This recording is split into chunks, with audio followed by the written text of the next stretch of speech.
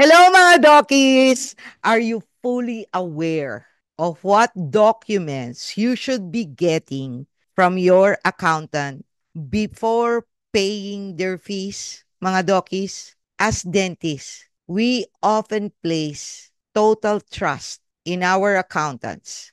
But what if they're not fulfilling their duties properly? What if you end up with open cases at the BIR? And they even ask you for documents they issued.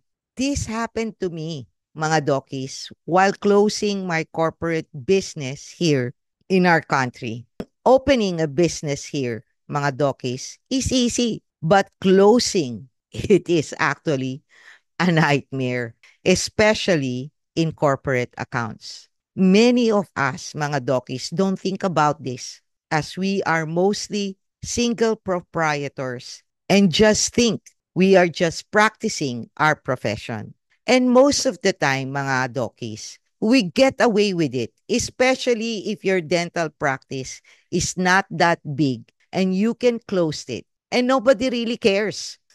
But if you are growing your practice and you don't want to have a headache later when you do retire, or God forbid, you passed away and left all these problems to your heirs, then start and do it right now, mga dokis. Check and correct your clinic's accounting and taxes. As we all know, mga dokis, debt and taxes are the only two inevitable things in this world. So, before I discuss these things, and if you are interested, mga dokis, do watch the entire thing because believe me, you will be surprised and you will get true value from watching this video and prevent any headaches in your future. And because of that, mga dokis, if you like this video, I would really appreciate your support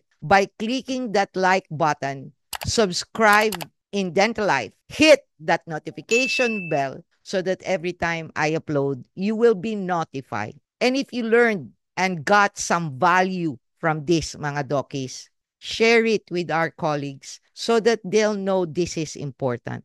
All of this won't take 5 seconds to do, and it's free. And also, mga dokis, do comment below if you have encountered accounting and tax problems and what you did to solve it. This may add to more information to our dokis and on this video. Plus, do watch my other videos about contracts as this is another problematic process that we also do ignore as less important in our practice until we encounter a problem. As a disclaimer, mga dokis, I'm not a lawyer, but a daughter of one. This information is intended to provide a general overview and should not be construed as legal advice. For specific legal concerns, mga dokis, or actions, please consult with a qualified attorney. So, want to avoid the pitfalls of ignorance and protect your practice, mga dokis? Stay tuned to find out. This is Doc Jean, and welcome to Dental Life.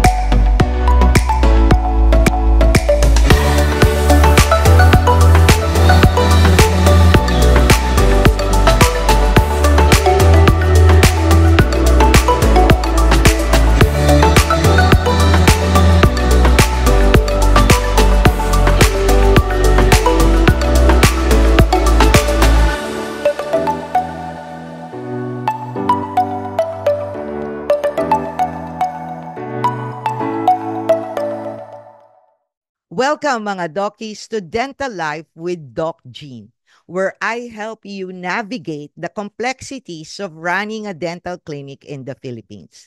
First, let's discuss the BIR requirements for single proprietorship, partnership, and corporate dental clinics so that we can be very clear with the terminologies and the requirements of every identity of the kind of practice you do have. The first one is the single proprietorship, mga dokis, which majority of us have this kind of practice. Now, the monthly requirements that you are supposed to submit to the BIR are the BIR Form 2551Q, which is the percentage tax, the 2550M, which is the VAT, and the 1601C for withholding tax. For quarterly, mga dokis, that's the BIR Form 1701Q for income tax and 2550Q for VAT. And annually, mga dokis, you should be submitting or your accountant should be submitting on your behalf the BIR Form 1701 for annual income tax, books of accounts, and local business permit renewal. For partnership naman, mga dokis, the monthly requirements that you or your accountant should be submitting to the BIR is similar to the single proprietorship, plus expanded 1601-EQ, and the final is 1601-FQ for withholding taxes. Now, for the quarterly in partnership, it's the BIR Form 1702Q for income tax and 2550Q for VAT. Annually, mga dokis, for you and your accountant to submit to the BIR if you are in partnership is the BIR Form 1702, audited financial statements, and local business permit renewal. Now, take note of all of this, mga doki, so that you are aware of what you should be submitting monthly, quarterly, and annually to the BIR, depending on the identity of your dental practice. Now, here goes for the corporation. The monthly is the BIR Form 2551Q or 2550M and all types of withholding taxes. Generally, mga dokis, you will be seeing this on your certificate of registration of what all of these forms you will be submitting if you are in a corporate identity in your dental practice. The quarterly naman, mga dokis, is the BIR Form 1702Q for income tax and the 2550Q for VAT. Annually, mga dokis for corporate is the BIR Form 1702, the audited financial statements, and the SEC annual report and local business permit renewal. This is the general information sheet for the SEC. Mga dokis, this will vary depending of what the BIR will be asking of you depending on what kind of business you have submitted to them if in case your dental practice has other businesses that can be found on the same location. Know your RDO office by checking your business registration certificate and the BIR website, mga dokis. Second, let's discuss what are some of the common tax problems we face as dokis in the Philippines. Because in order to avoid these problems, we need to know what the possible things we tend to ignore, miss, or don't even know. Now, the first one is the failure to file correct taxes on time. And the problem is many dentists struggle with keeping track of deadlines for filing taxes, such as income tax, VAT, or percentage tax, and withholding tax returns. The impact of this, mga dokis, is that late filing results in penalties, surcharges, and interest charges from the BIR or the Bureau of Internal Revenue. Now, mga dokis, just in case your practice is not here from the Philippines, it's almost similar, except it really depends on the name of the office of your internal revenue in your country. And there might be some slight differences depending on what kind of taxes your country is asking from you. So do check the internal revenue website in your country so that you can get the complete requirements that are requested from you depending if you are a single proprietor, in partnership, or in corporation. And definitely they will probably have a different name in the forms. Now, the second problem, mga dokis, is not properly registering with the BIR. Some dentists fail to register properly with the BIR, whether as a sole proprietor, corporation, or partnership, and do not secure a BIR certificate of registration. You really need this, mga dokis. And sometimes we don't think about these things, but it's really, really important. I cannot emphasize that enough, mga dokis. Failure to register correctly or update registration can lead to fines and non-compliance issues with the BIR.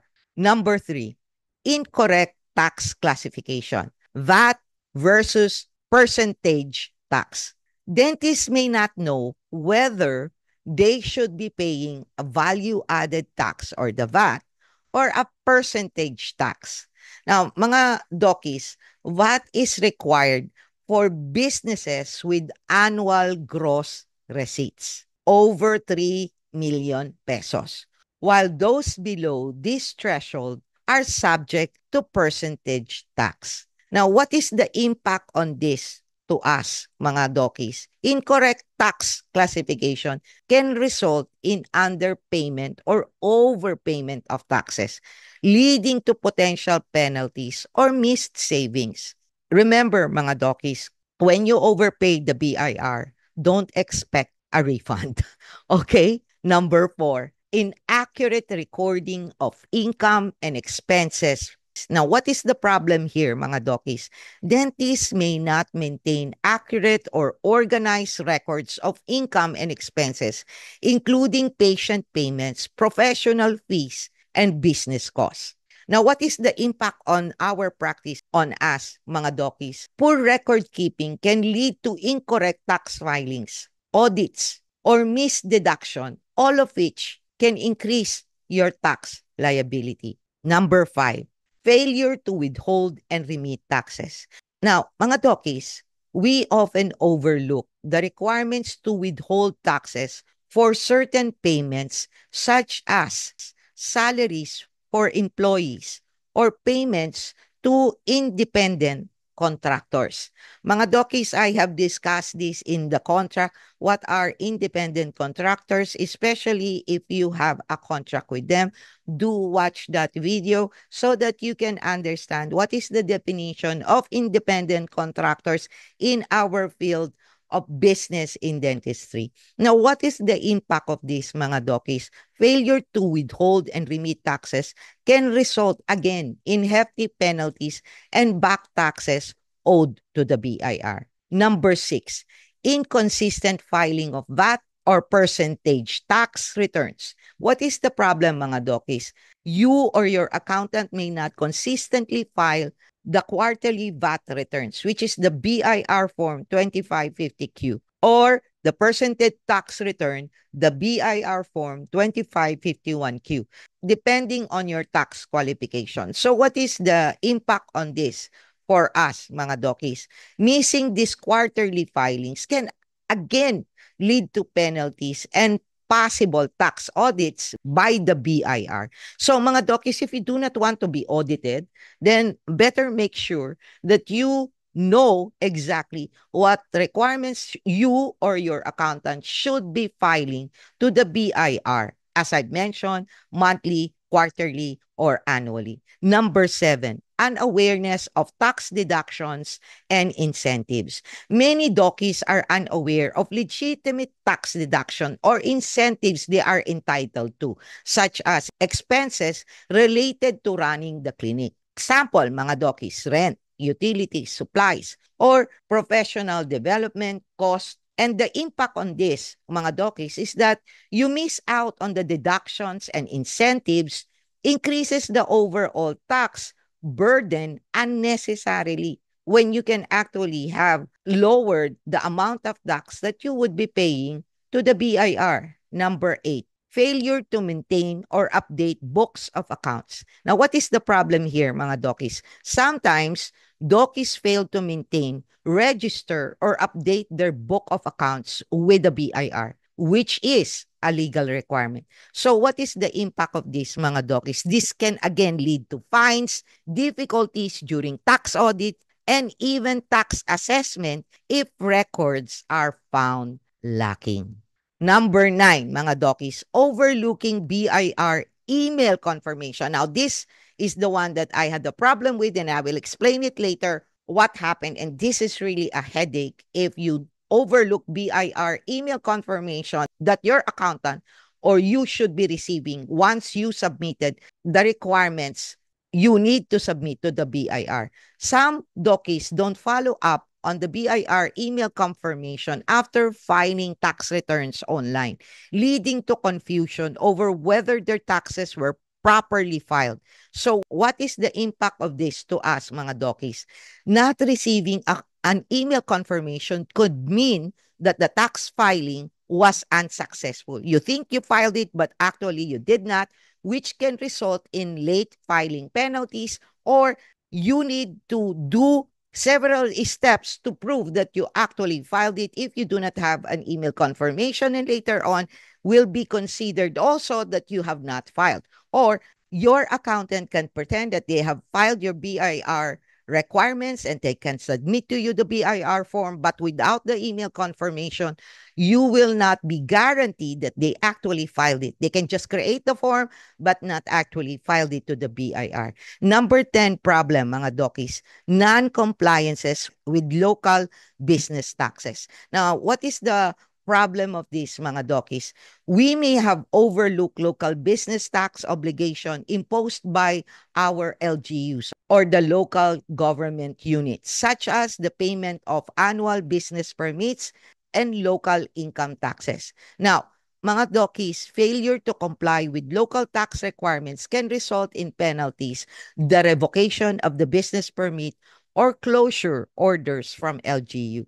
Now, mga dokis, there's a long-standing discussion about the mayor's permit, and supposedly we shouldn't be filing this, but to be sure, please ask your LGU so that you are sure that you are truly following the requirements of the LGU in order for you to have no problems at all in your dental practice. So, mga dokis, what can we do to avoid these problems? Of course, one, you have to hire a competent accountant or tax professional. Work with a reliable accountant or bookkeeper familiar with tax regulation for dental practices in the Philippines, especially in corporate accounts. Generally, they have a bookkeeper and at the same time an accountant and an auditor. Number 2, stay organized with record keeping. Keep detailed records of income, expenses, and tax filing to ensure compliance and maximize deduction. This is again very important, mga dokis, especially if the identity of your dental practice is in partnership and incorporation. Number 3, register and stay updated with the BIR. Ensure your registration with the BIR is up to date and compliant with your current tax classification. Number 4, monitor filing deadlines. Use a calendar or reminders to track important filing deadlines for income tax, VAT, or percentage tax and withholding taxes, mga dokis. Number 5, seek professional guidance. When in doubt, mga dokis, consult a tax attorney or accountant to ensure compliance and minimize tax risk. Now, let's face it, mga dokis, unless you hired a good clinic manager who handles this part of your clinic's operation or documentation, I doubt if you even think about it until you have encountered one of the problems I just previously mentioned. Many of us, mga dokis, are just so focused on the basics of practice and not on its overall business management. Most of all, because we look at our government as corrupt and paying taxes is something we don't want to think about, resent, and don't even want to honestly, mga dokis, pay unless necessary. All these requirements and obligations attached to this, we end not to put so much importance on, except its bare minimum compliance, isn't it? We think that these politicians just majorly put our hard earned money into their pockets, right?